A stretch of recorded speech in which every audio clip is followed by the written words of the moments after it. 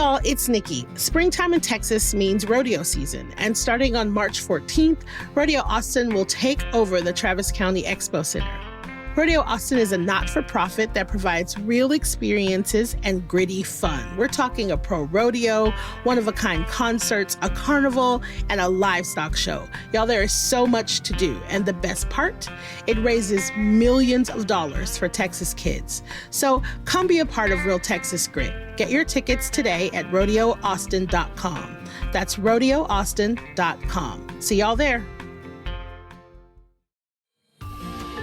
Just off the Texas coast sits a unique beach town marked with salty vibes and sun-soaked memories. Port Aransas is a place where family traditions unfold naturally, and beauty lies both in island views and the unhurried moments between adventures. One visit, and you'll see why generations of Texans have anchored their traditions to the island life. Start your new favorite family tradition in Port Aransas, Texas. Go to visitportaransas.com and plan your visit to Austin's beach.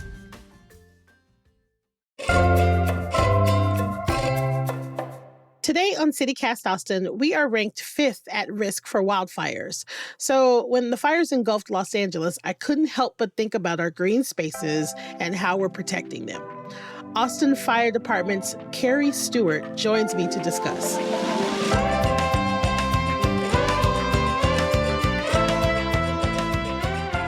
It's Monday, March 3rd. I'm Nikki Devon, and this is what Austin's talking about.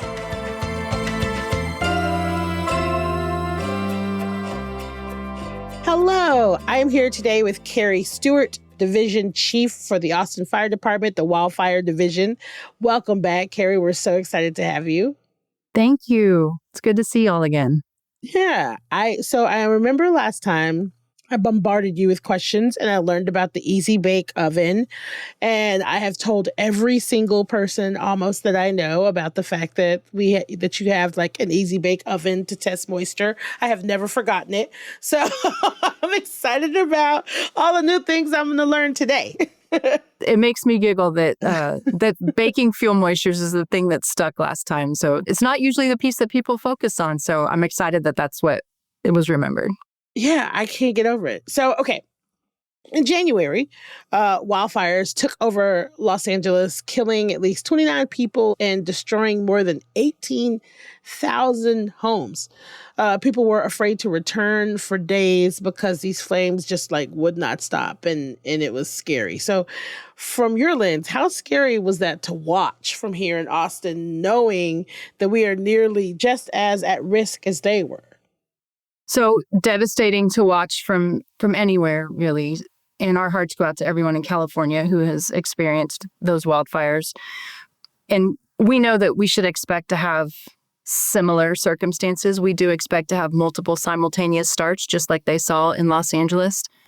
Our topography is a little bit different here, so we wouldn't see exactly the same event go down. But we would expect to see those multiple simultaneous starts kind of all over our region because we would be receptive to wildfire all at the same time for reasons like our fuel's moistures would be low, our temperatures would be hotter, our relative humidity would be lower. So we could expect to see multiple starts like they saw there, but just with some different weather changes and different topography to go along with that. So how did the Austin Fire Department respond to the California fires? What kind of resources did y'all send? We sent a truck with 4 people as part of a request that California did with Texas. We have what's called a TIFMAS agreement. So it's the Texas Interstate Fire Mutual Aid System. So California did a request for resources, and we did send a crew who was there for 2 weeks. Wow, that's incredible. So is that something that every city or everywhere kind of participates in, or does it just depend on where you are in the country? It depends on where you are in Texas to be a part of that program. And if you have resources, apparatus, and people who are trained to respond out of state in that capacity. So what lessons did those personnel learn and share back with the Austin Fire Department? They brought back a lot of lessons learned just about home hardening, which is not something that we've seen as much previously. We've done a lot of outreach in the last 6 months to a year with the Austin Fire Department to teach our community members how to harden their homes against wildfire. And a lot of the lessons that we've been consistently relaying to our community members is doing the small things around your home. And they noticed that when people had done those things, that it did make a positive impact on whether a home was affected by the wildfires in California. I feel like we talked about this before, but can you remind me what hardening our home is? Absolutely. So it's doing little things like making sure your gutters are cleaned, especially when we get up to higher wildfire danger in our area. So think the Smokey Bear sign in front of our fire stations. So when that starts like kind of ticking up to closer to extreme or high wildfire danger, making sure your gutters are cleaned, making sure that there's no leaf litter around your house. So where the wind might blow leaves around your front door or back door, making sure that that's cleaned, making sure that any combustibles on your porch or around your home are maintained and maybe not right up next to the house.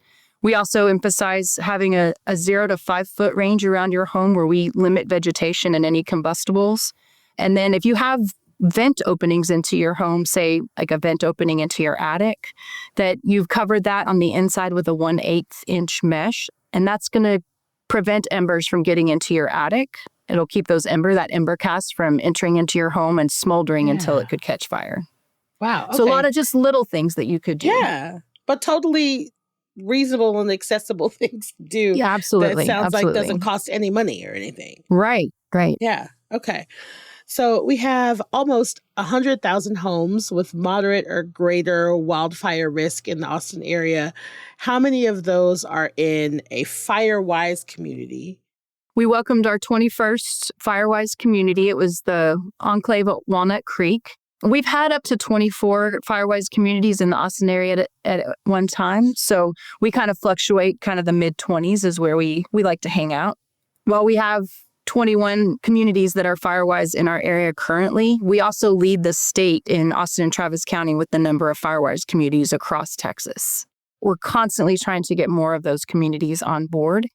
Okay, and when we talk about Firewise, what do we mean? We mean that community has come together to form a committee that is dedicated to implementing the steps to be Firewise. They go through a community assessment with either the Wildfire Division or someone from the Texas Forest Service to outline the steps that they could take to mitigate against wildfire as a community. And then after that, they have to implement those steps. So that can look like they spent money to have somebody come out and do some preparedness efforts for them, or they have a community day and they spent so many hours as a community implementing those steps. And then after that, every couple of years, they have to show that they've spent either money or time to maintain that Firewise status. I love that. It really does feel grassroots, right? It's just people coming together and working together to maintain it.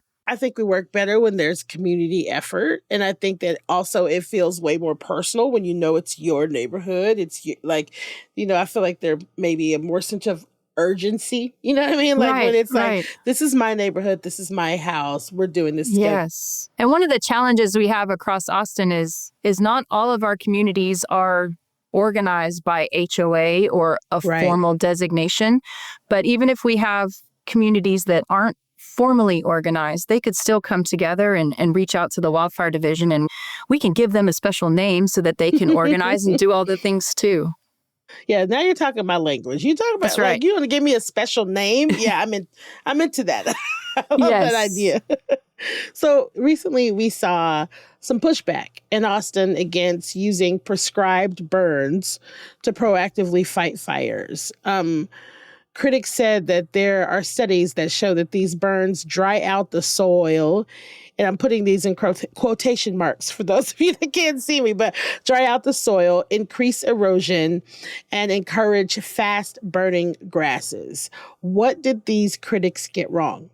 So prescribed fire is just one land management tool. The Austin Fire Department doesn't own any of the lands, but we do participate with our partners at Parks and Rec and at Austin Water Utility who do burning on their properties. Not all of the spaces across Austin or Travis County are viable for prescribed burning, I'll say that. So we can't do it everywhere, but they do implement it where they can and where it's appropriate as a land management tool. And it does help us reduce some of our grasslands and make them more resilient to fire in the future. And it's also a good training opportunity for our firefighters. So we often go on those burns with our partners at PARD and AWU so that we can watch the fire behavior and kind of see how those different areas across town are going to respond under fire conditions. It feels like a really great learning and training opportunity. Like, okay, so we recognize that this happens and this happens, so we can respond in this way. Or am I wrong about that? It seems like a no-brainer to me. Absolutely. We can burn that area and it completes some land management objectives, but also gives our firefighters an opportunity to help extinguish that when it's appropriate. Absolutely. It's a good training for all the way around. Yeah. So, okay, now nearly $50 million in city funds are going to various wildfire prevention efforts over the next few years, most of which is going to vegetation management to reduce the risk of wildfires. Are we doing enough to clean up our green spaces? I think we could probably always be doing more, but we're limited by some of the resources that we have. But it is comforting and it's exciting to know that wildfire is being considered across many different departments across the city of Austin.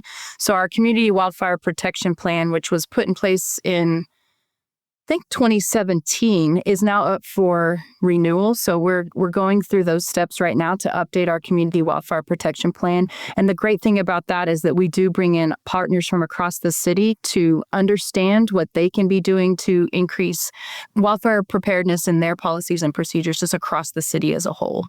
Now, do you think that the California fires inspired us to spend more as a city? Because I think that sometimes it's like, oh, we see something and it's tragic and it's awful. And then it's only then that we're like, oh, shit, like we have to, make sure that we get ahead of this.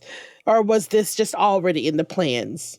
I think it's just allowed us to refocus more than anything. So regardless of what we're spending, refocusing our efforts and just making sure that we're doing the things that we say that we'll be doing. And a lot of that has been very prevalent in the community.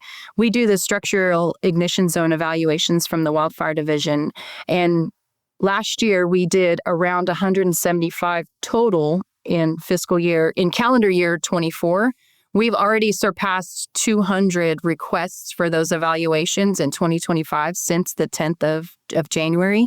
So we've definitely had an uptick in people who are paying attention and want those evaluations. And we're super excited that we've had that much involvement and requests from the community. It's been a great response to the California wildfires is that we're focusing here locally.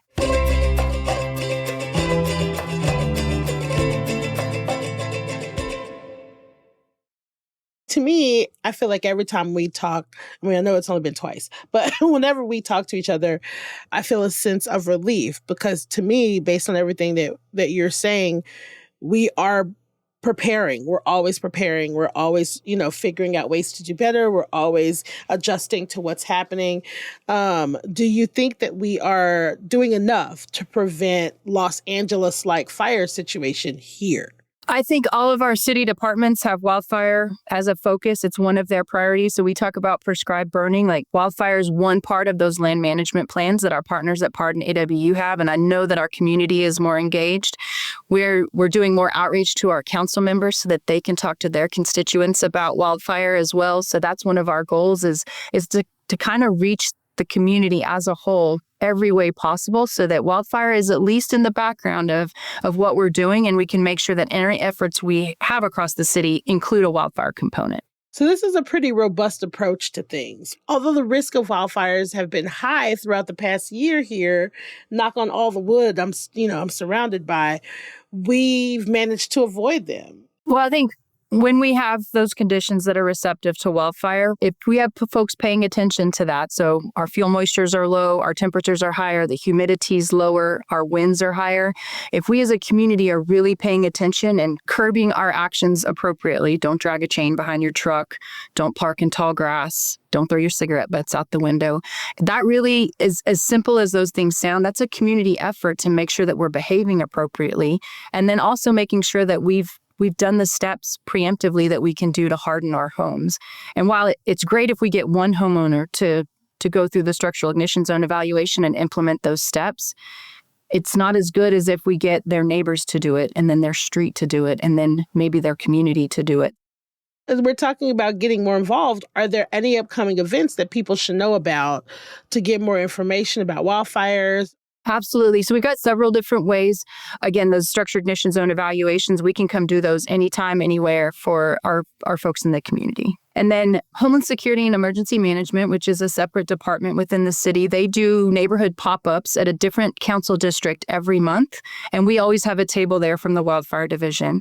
We also can come do neighborhood talks, whether you have an HOA or not. We can be there to provide an education piece about wildfire preparedness and what you as a community or you as a street or a group of neighbors can do.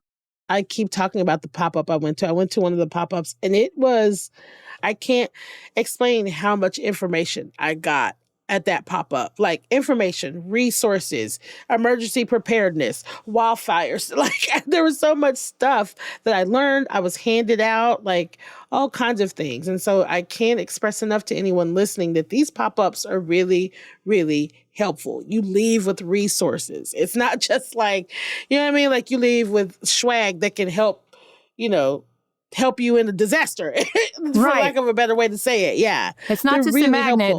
There's actionable stuff there's to like do too. Actual stuff. Yeah. Yes. And stuff to learn and people to meet and things you didn't know about. So yeah, I could talk about these pop-ups all day. So with all of the construction that's happening, with all of the growth that's happening in the city, and this might sound like a weird question, but I was having a conversation with some friends recently, and they were like, man, I feel like we're losing our green spaces.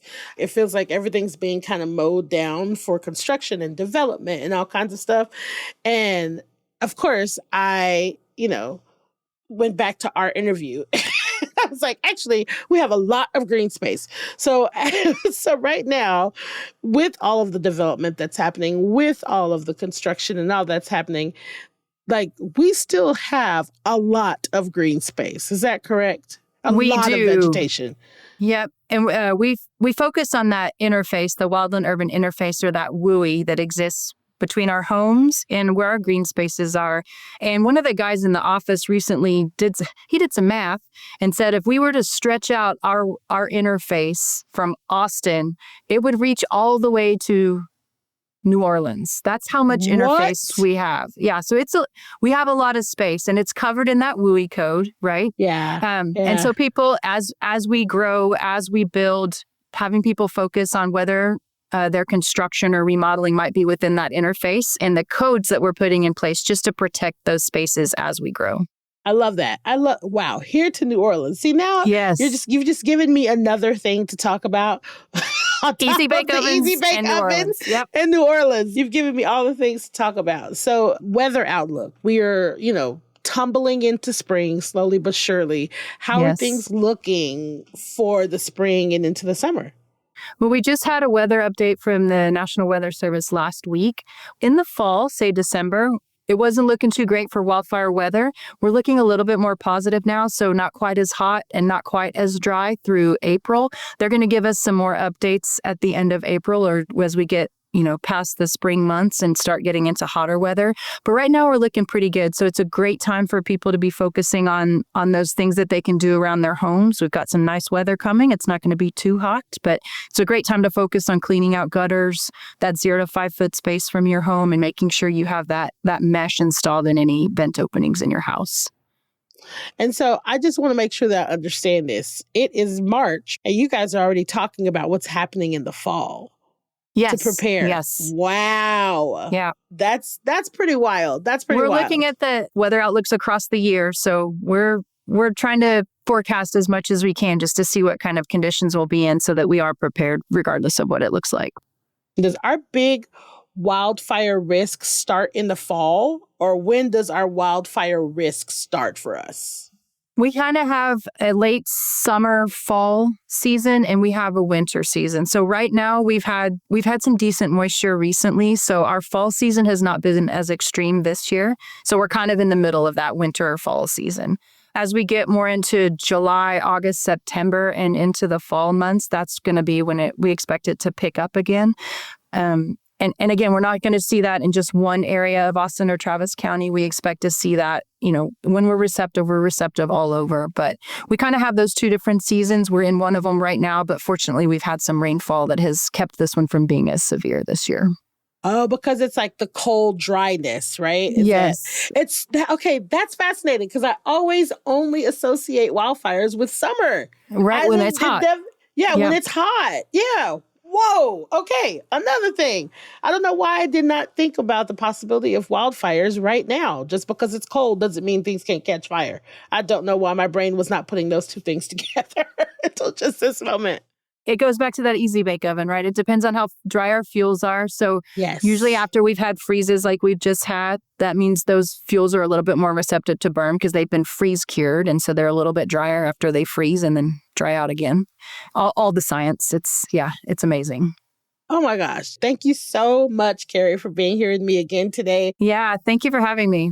Yeah. I love all of the little nuggets of wisdom that you give me that I can then take to other people and just be like, did you know that all your party tricks, all my party tricks that our wooey would stretch to New Orleans. Did you know that? Yeah. Thank you for being here.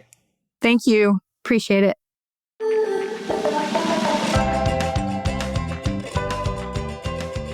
That's all for today here on CityCast Austin. You can find links to the Wildfire Division's website in our show notes. If you enjoyed the show, why not tell a friend, rate the show, leave us a review, and subscribe to our Hey Austin newsletter. We'll be back tomorrow morning with more news from around the city. Bye, y'all.